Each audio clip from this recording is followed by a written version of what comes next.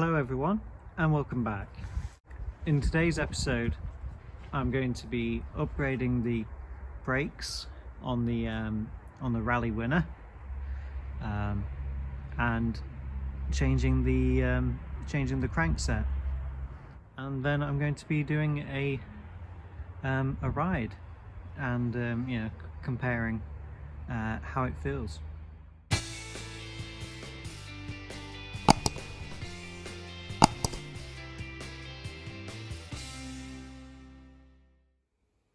In a previous video you might have seen I unboxed a bundle of vintage cranksets. I said I was going to try and decide which of those I was going to fit on the Raleigh Winner. Now I've decided to fit one of the three Raleigh chain sets, but the question is, like, which one? So we have a 165 length chain set, but it's missing one of the logos. We have a 170 that's got both logos, slightly worn, and then we have another 165 that's got both logos. So you might think, oh well, 165, both logos. These look very similar on the face of it, but when you pick them up, that is quite light. That's fairly heavy. This is considerably heavy. Even though they look similar, they aren't. This one, so you've got a nice star pattern. The outer chainring is incorporated in the crank arm with an inner one bolted in, and that's alloy. That bit's alloy. And that bit's alloy. Yeah, aluminium rather. The chainring nuts are and bolts are steel. This one, we've got this separate casting, which is again aluminium. This has a separate outer chainring, again aluminium. Same for this chainring guard, same for the inner, and it's just the bolts, which are steel. And then this one, you think, oh, it looks the same as that one. It's going to say, but it's not. This is steel, and it's painted or coated. So the rings on here are all steel. The only thing that isn't steel are the arms themselves and this chain guard. So what does that mean for the weight? Well, I've got my trusty set of scales here. Just wait for that to zero out. Right. So this one weighs in at 627 grams or thereabouts. It comes together at 780, so 150 grams more than the first one, even though it's still mostly alloy, and I think that's just because this casting is quite thick and it's got this outer chain guard as well. And then finally 978. For the weight conscious ones among you, it seems like obvious which one I should go with. However, I do want to have the shorter crank arms because I'm used to a 165, so that rules out the middle one, and the condition of the sticker or lack thereof rules out this one. So I'm going to try and go with the third one for now, the heavier one, just because it's the length I like and it's got decent condition logos on it. So what are these pedals that I'm going to fit? Well, in I think it was my first ever video on this channel, I did a restoration of these Miche pedals. These needed a complete service and a clean up, repainted everything, polished it up, cleaned the straps and so on. If you want to see how I did that, I'll put a link in the corner of the video on the screen.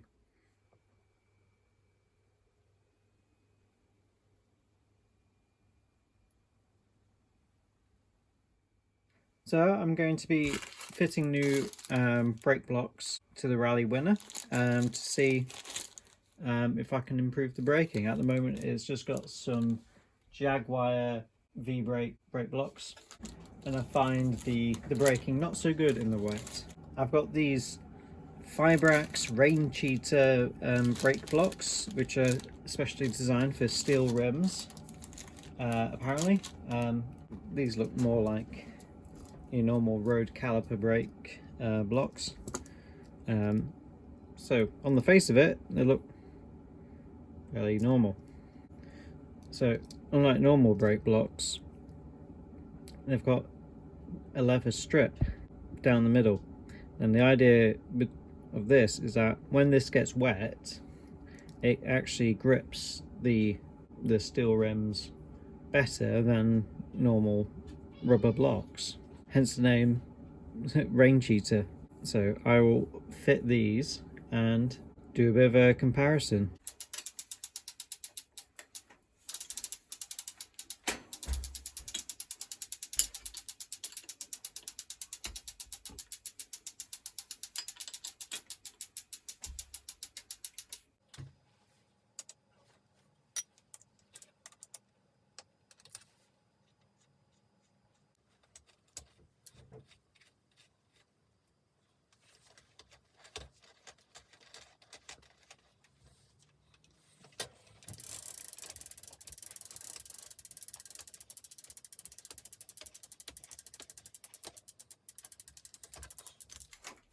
Right, that came off very easily. So you can see when I converted this bike to 10 speeds, I put a sealed cartridge in the bottom because, well, it was a cotted crankset originally with a single chainring. So I converted it to square taper using a sealed cartridge and got a square taper crank. Unfortunately, this had a cross-threaded pedal in it, which I cannot get out, probably not without destroying the crank arm itself. So this will just have to go into the box of many spares again, now that I've got a replacement.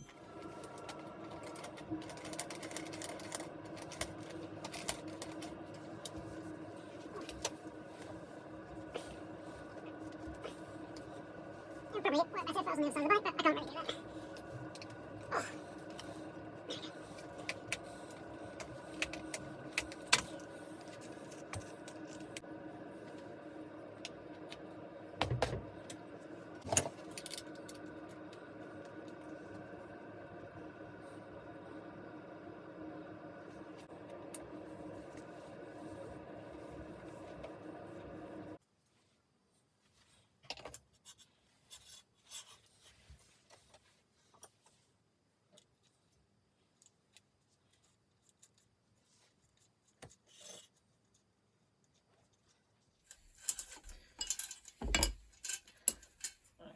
Get the chain on.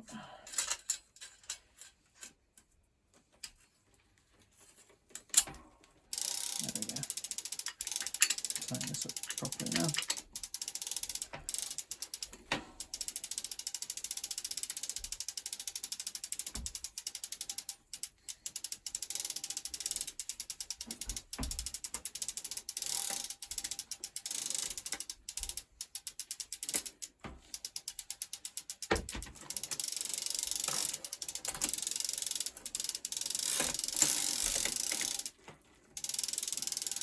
Oh.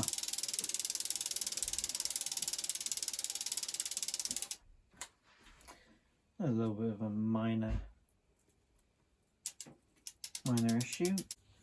So I don't know if you can see, but the chain guard is bent. As it goes around, it fouls up this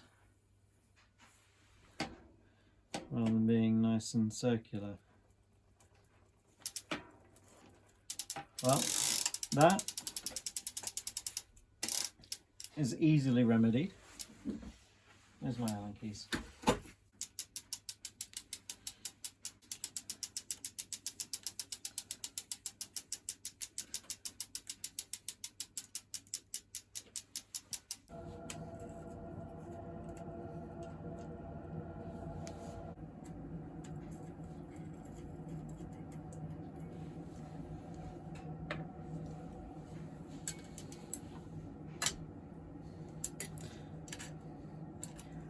So, now to fit the pedals. So I'll put a bit of grease on that just to prevent it seizing, just a tiny bit of anti-seize grease.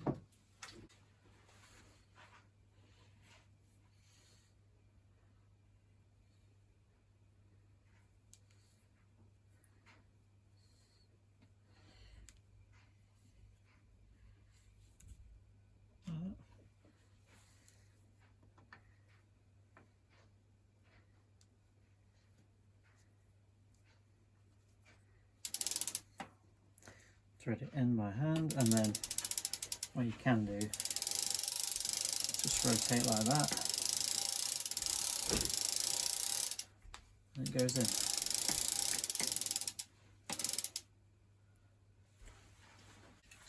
So you can use a pedal spanner or a normal 15mm spanner.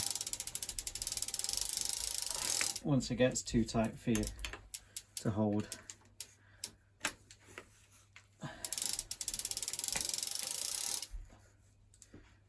of your hands.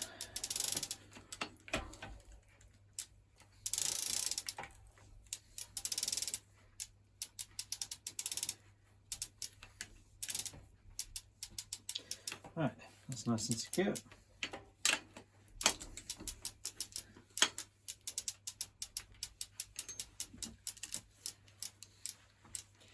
Now, same for the other side.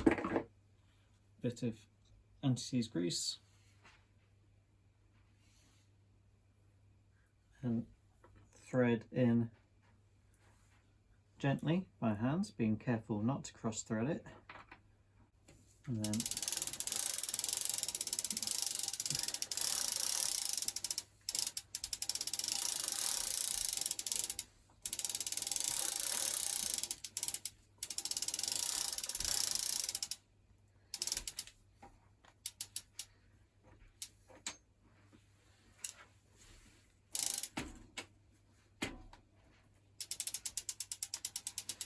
there we go.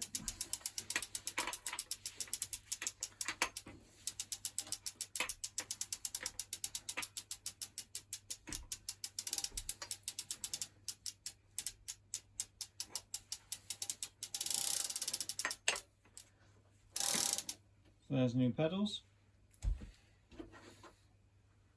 new crankset. Right, time to fit the new brake pads. That is, there we go.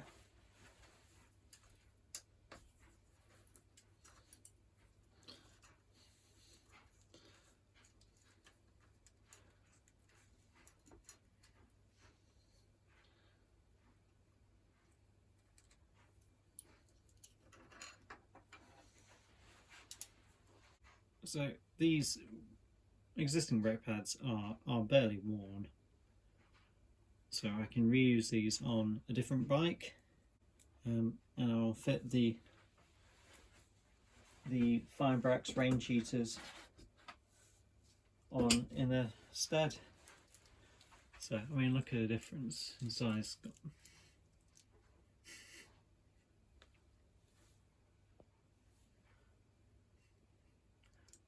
Yeah, you'd think these ones were better, but apparently the steel rims, these are the ones to go for. But we shall see.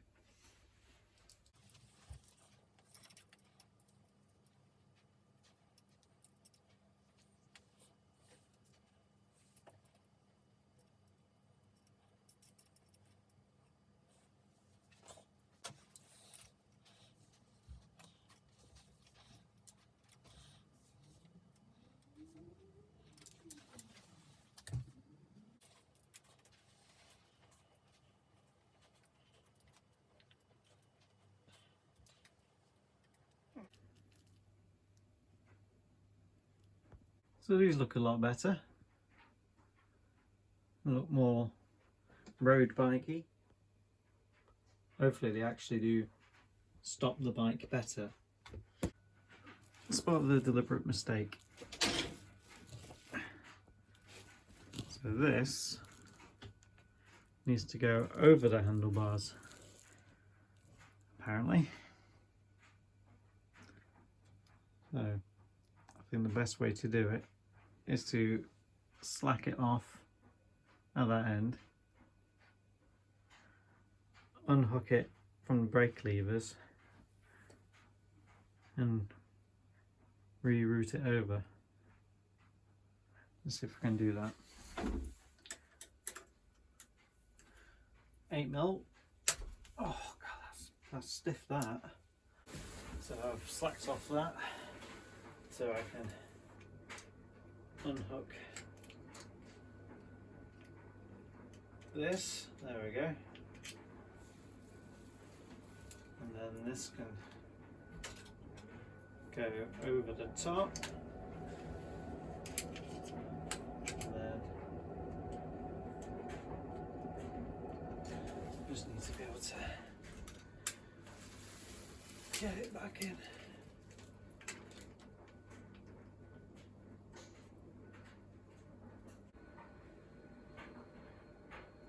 That is quite long though, isn't it?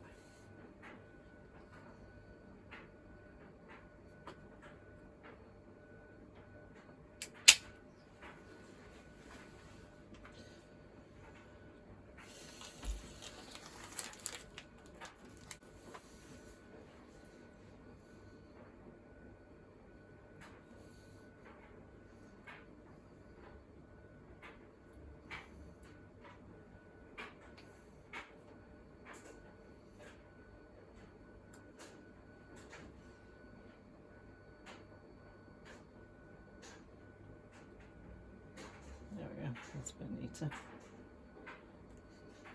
Well, just need to wait for better weather now. And light, mostly light. And then we can take it out for a test ride.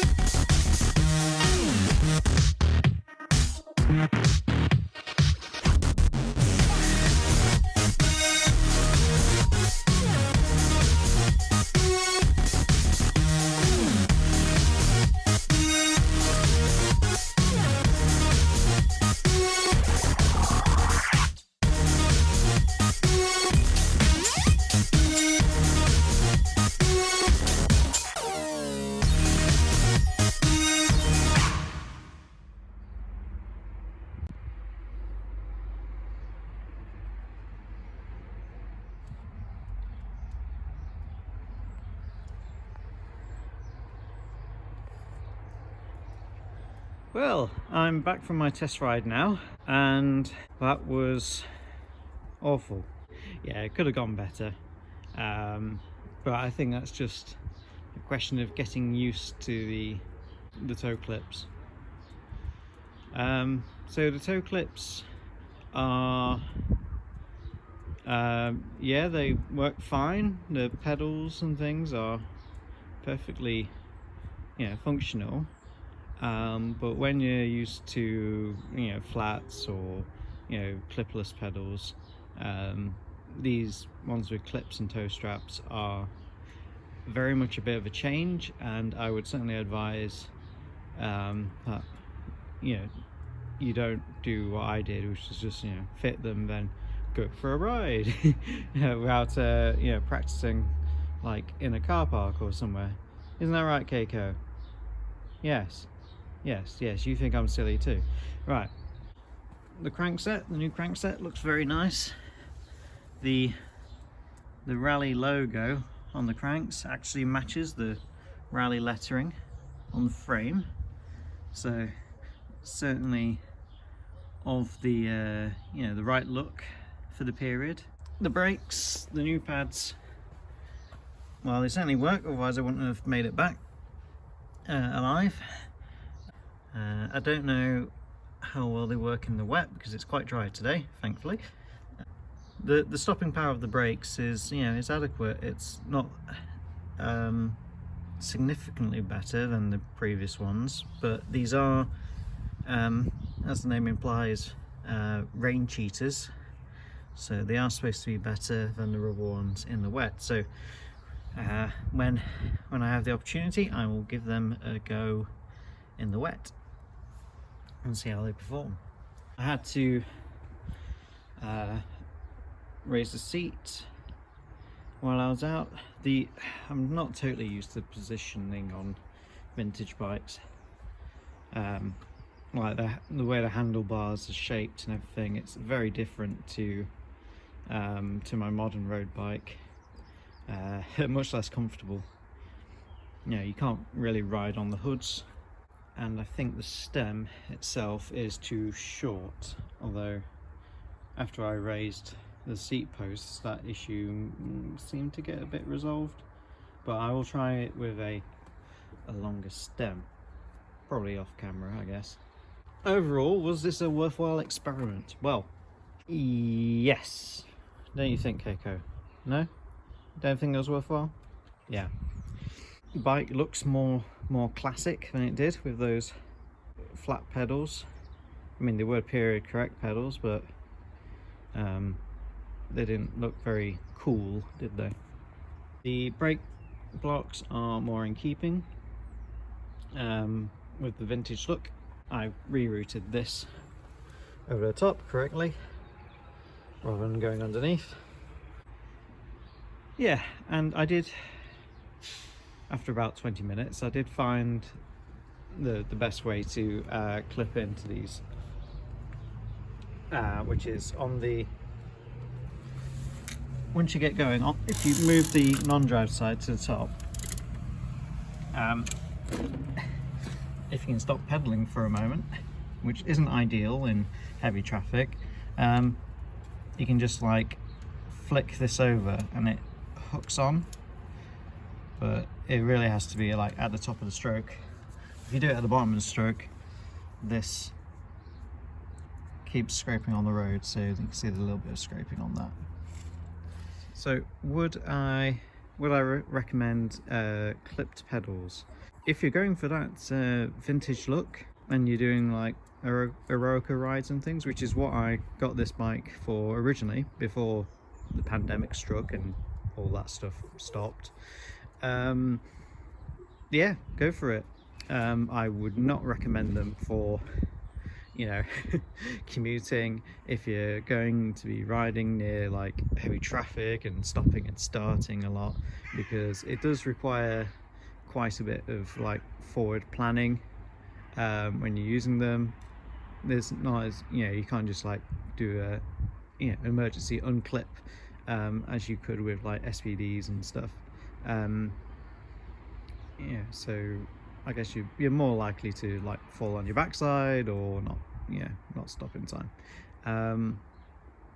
Definitely not for everyday riding, and I certainly not going to be using this bike for everyday riding. It's very much a kind of a special occasion when I want that, you know, vintage feel.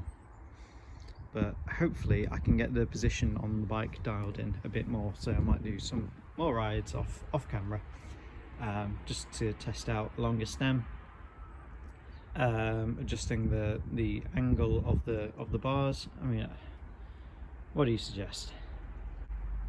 With that, thank you for watching. I hope you enjoyed this video. If you did, please press like, please press subscribe, hit that bell notification icon, etc., so you get all the notifications and not just some of the notifications about videos coming up.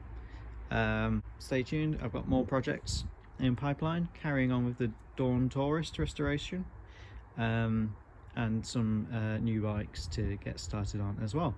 So with that, bye for now.